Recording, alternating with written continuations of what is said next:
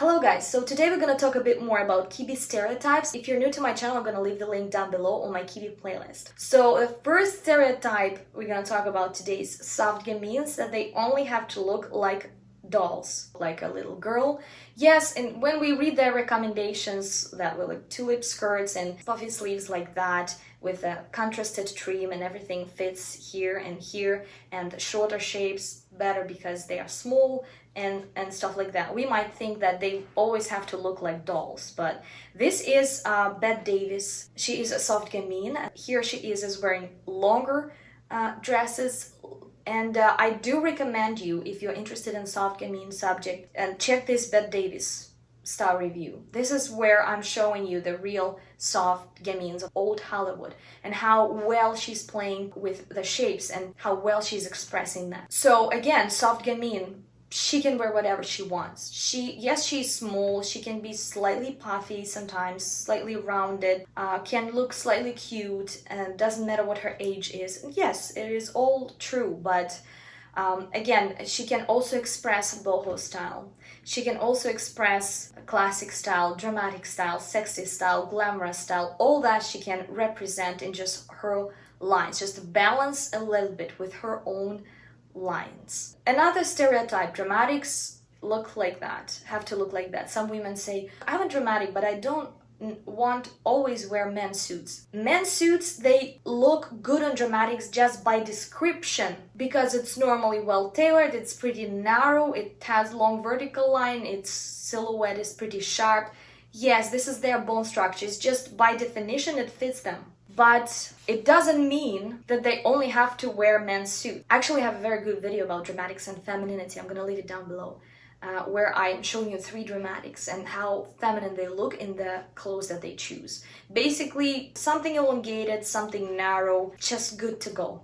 Or you just pick up something like that to balance what you're already going for. If you go for the boho style, that's no problem, it's very beautiful. Just go for narrower silhouette and more elongated, and that will balance it all. Another stereotype, classic is always like an office style. So classics have to go to a picnic with their kids in a blazer, in a pencil skirt, and in a shirt. Of course not. Yes, by description of the recommendations for the classics, yeah, it does look nice on them, but you can check Grace Kelly when she goes out.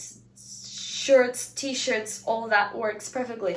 I think it's more important is things that don't look very good on them. Like if they go over the top, too many experiments with their hair, makeup, and clothes, is in that direction. I think that can slightly mute their real essence and their real chic, their balanced bone structure. Too many additional things. It's just not too noisy for them. That's it. Another stereotype, that gamines always have to look like boys, always have to have pixie haircuts, and no dresses. Again, yes, description of the type really shows us that staccato silhouette, the color blocks, something very narrow and shortened shapes. Yes, you kind of go for that. And that shorter hair works better for them, slightly tousled. Yeah, it kind of gives us slightly boyish vibe. But on the other hand, again, it all depends on how you balance those things. I know gamines who have straight bobs or lobs. It's just very geometric and very contrasted color. And with their playful,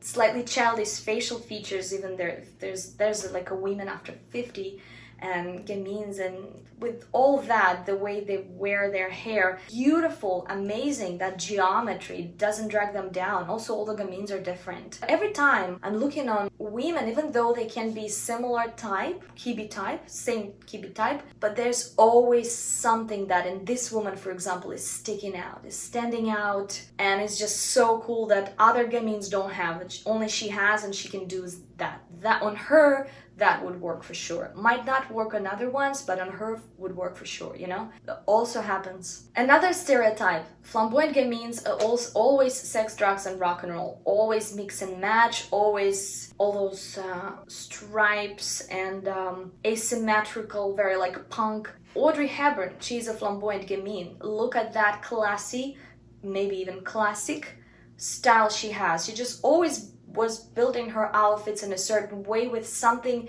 playful, childish, and very contrasted in there, something that added that childishness to the look, so not to make it too severe, too grown up, too adult. That would drag her down a little bit. So this is just the matter of how you building all that. And again, flamboyant gamines can go for any style they want.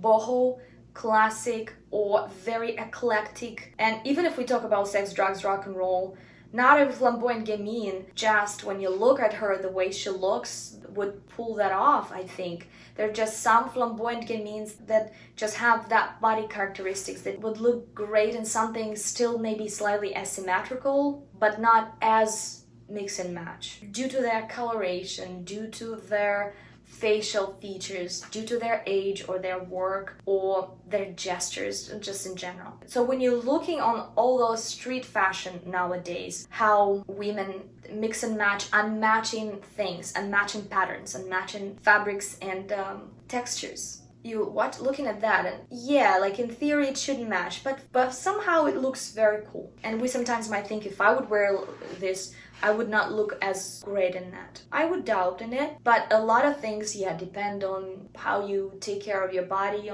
what is your hair, color and structure is very important, makeup, accessories, and all those things. But I do think that any woman with any body can be street fashion icon. It doesn't matter what her size is, what her age is, it doesn't matter. It only depends on the understanding of why you're doing this, of the desire, or a lot of interest to that particular subject, and a lot of playing with different shapes and forms, and maybe making pictures of yourself just to see how that works. But I do think that everybody can pull that off. But it doesn't mean that every flamboyant gamine that I encounter in my life would look good, for example, in this outfit, just because it will mix and match. Maybe she doesn't want to do that. Maybe she just more about staple pieces, about timeless staple pieces. It's fine. Yeah, they have some kind of a fire in them for sure, but still, everybody express themselves very differently. And even they can look great in romantic styles. It just, again, depends on the shape, on the fabric, and how they all build the outfit. Another stereotype, that romantics always have to be covered in ruffles, preferably in gentle pink colors or white colors. They have to be covered in transparent or lace fabric. They only have to wear dresses, and they only have to be dressed up, and they never should wear any casual sports clothes, and they only have to wear gowns. Casual clothes nowadays is pretty straight without taking care of your curves. Yes, it's much harder to make the clothes for curvy women. It is much harder. It's just more complicated shape that you have to accommodate. So, and it's not that very easy that the fabric would lie naturally good on the curves. So thin, stretchy cotton. It's very comfortable to do clothes like that, because if the girl is pretty much straight and she doesn't have big chest area here, she's just wearing that pretty free on her. And then if there's a woman with bigger boobs, she's just wearing that, and that t-shirt is just slightly stretched on her boobs and is getting smaller on the bottom. So basically it's just shaping itself. So when that stretchy material appeared, and people realized it's much more comfortable than just to try and make all those suits like they did in the 60s and the 50s, and so many different bodies. It's just too hard to do. And of course, waist emphasis just helps to make it all look all together, just to accommodate the curve here at that part more for them, so they would not feel bulky. So this is just one of those things that is just helping basically to get together outfit. But nowadays there's so many different kinds of clothes, so you can definitely figure out something. And yes, there's casual style for romantics, there's sports style for romantics, there is boho and classic and dramatic style for romantics. It's just the matter of how you balance the look. If romantic is wearing stiff blazer, as I said in my last video about kibbe is not a style, as I said, there is an office blazer that is very well tailored and is made with a very good fabric, very stiff fabric. And of course, if a romantic woman with probably smaller and rounder shoulders, more tapered part here, more soft line here, and with bigger boobs, with maybe narrower rib cage but with bigger boobs, when she's wearing that blazer, it can look too stiff on her, and when she's trying to button it, and it also can look slightly weird in that area. It can look too stiff, because softer fabrics, they are easier to accommodate that part, you know, so it would just sit more here and you would not look like you're a balloon. Yes, in this case, the blazer itself is such a piece of clothes that is in majority of wardrobes. It's such a great staple piece for everyone, and everyone can rock this. For dramatics, probably that blazer, straight and narrow and long, would be the piece that they would balance to soft outfit. And for romantics, it would be on contrary. So if they have this very stiff blazer, they can balance it with everything else soft. This is how they would balance the stiffness, so you're just dressing it with something soft. Basically, romantics, as any other type, can do everything they want with their style. Another stereotype, that naturals, soft naturals, flamboyant naturals is just boho, ethnic country style, suede, cowboy boots, hats, shirts, casual style, jeans, boho dresses, everything unconstructed, everything is floral, and loads of different jewelry here. When we read the description of the things for that type, you might think that this is probably the closest. Yes, these ladies would look good in that. They would look normal in that. They might not like this style. Maybe their lifestyle is totally different. Many of them just prefer classic style, pretty stiff. And for them, it's also the way how they can slightly balance it. If she has not very bright coloration, she could maybe wear a blazer in a beautiful brown color or off black. And her hair also matters a lot, you know? Hair can change the whole situation.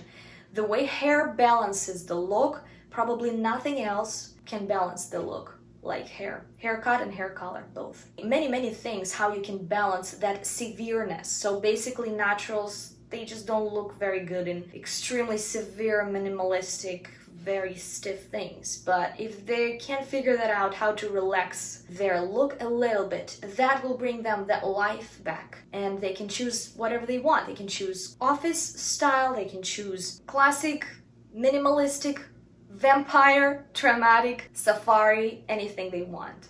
I don't know, actually, people who would just choose one style for their life and they just stick to that. I think different occasions and different periods of life can inspire you on choosing something different.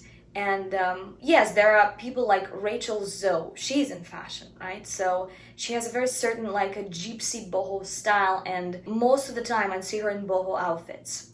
Even if it's casual style, when she goes to the office, when she is in the evening, even her glam is with boho, which is very interesting. This is what she chose. She loves that, and she's representing herself that way. And she's also in fashion, so it's kind of her profession, you know? She just sticks to it, and she's been photographed all the time, and this is kind of the idea of who she wants to be. But there are loads of women who don't stick to a certain style for their whole life, or they stick to more or less minimalistic casual style just because their job is, and the only difference that they have is just something dressy for a party, for a birthday, to going out, to go into the theater. Then they can glam themselves up. Sometimes they're just those two, and everybody can pull that off. Another stereotype, that glamour thing, like glamour looks best on just two types, like soft dramatic or theatrical romantic. Ornateness, yes, something richly made, very intricate made. Yes, they do look good with that. But glam itself, it's not just a dress. It's not just a makeup, not just a hair. Glam is the overall look. And in one of my next video, we're gonna go deeper into that subject and we find out what glam really is, so we would use the words correctly. The way you build an outfit, it can be very glamorous, but it also depends on something that you're adding in there. So some additions is what is making your glamorous outfit. I'm gonna make a separate video about glamour for the types, but not only soft dramatic or theatrical romantic, even though they are both very ornate, lush types. It's very easy to make them too sexy looking. Another stereotype that I see from time to time, that bodycon dresses and stuff, that represents theatrical romantic type. No, first of all, in the 80s, when David Kibbe was creating his book, they didn't have those bodycon dresses at that time. Those latex stuff. Probably Kim Kardashian is the one who started that.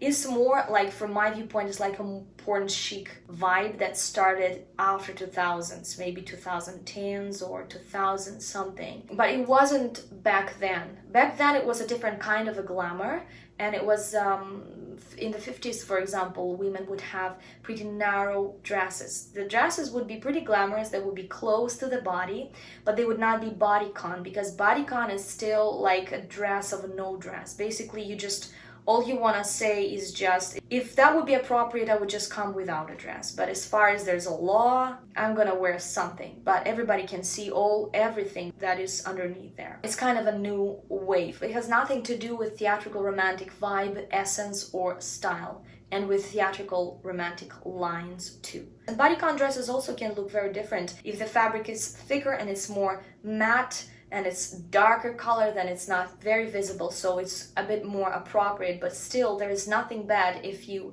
leave 1 or 2 fingers space between the fabric of the clothes and your body. Another stereotype, that soft dramatics, they look great with very big back-combed hair, like Sophia Loren, like in the 60s, and they should be always very glamorized, and they should have curly hair and very full volume in the hair, all the time dresses, all the time something very glamorous, big drapes and things like that. Yes, those things can flatter them for the evening especially. So normally this is one of those types that can pull that off still, the back combed hair, not super very much. Like in the 60s, sometimes it was just too much. It was like another head size here on top. But that volume of the hair, because as far as they look slightly tall or elongated, they look slightly heavier women with some softness on top, and young bones, like dramatic bones. On top of that dramatic bones, they have that some softness.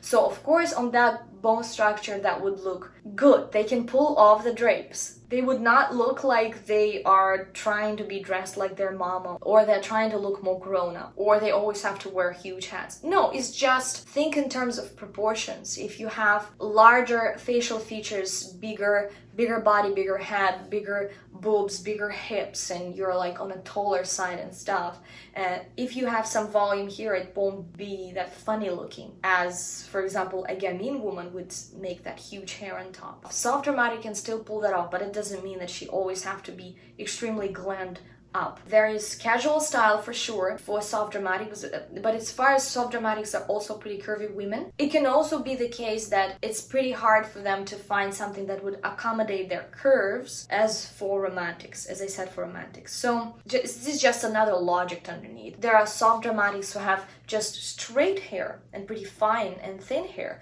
So there's always a way on how you can make it work for yourself. It's just you can soften your hair slightly, make it not extremely geometric, just don't do that short, straight bangs, it would just look funny. Or don't do that super short pixie cut. It's just as a contrast with your bigger body, it can look slightly weird. But in general, you can do whatever you want. You don't have to have this huge volume like Marina Baccarin. She's soft dramatic. She doesn't have to have all that huge volume. All those soft waves look nice, and when she has that straight hair. Or Sofia Vergara also. She wears her hair straight most of the time and pretty slick. It does look proportionate in her case. But as I said, everybody is different. Even within one type, there are women, they're so different one from another, even proportionately. So sometimes on some women, probably it would be just too small. So they would think about a haircut that would probably make it possible for her to go for a little bit of more volume on top or on the sides, you know, but still not